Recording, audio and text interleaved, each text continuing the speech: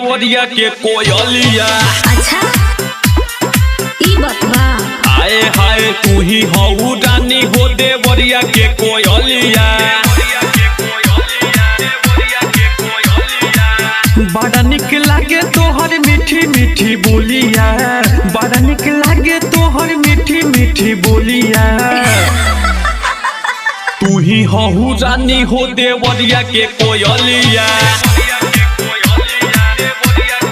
आए हाय तू ही हऊ रानी हो देवरिया के कोयलिया।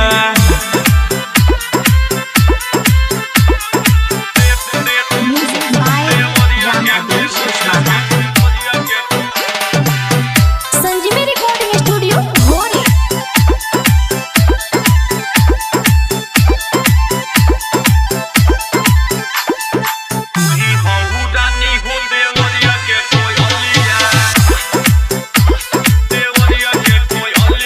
लखनऊ के लहंगा पहले बदिलावा घायल, कंचनपुर के चूड़ी पहनलू एही बदिलावा लागल। देखा ऐसे मत बोला।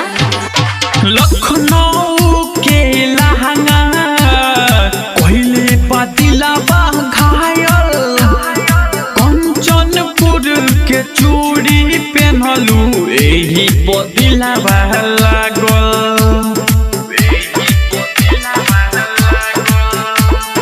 गोरखपुर के लगैलू ठलिया। नजर लग जाई। आए हाय तू ही हऊ रानी हो देवरिया के कोयलिया।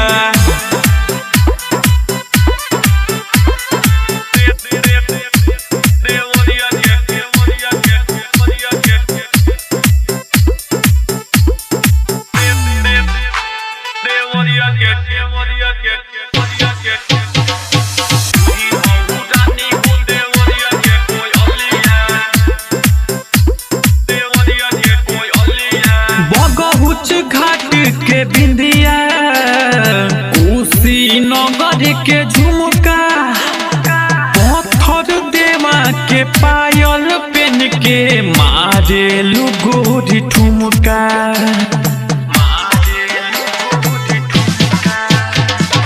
बगहुच घाट के बिंदिया, कुशीनगर के झुमका, पत्थर देवा के पायल पेन के मारे गोरी ठुमका।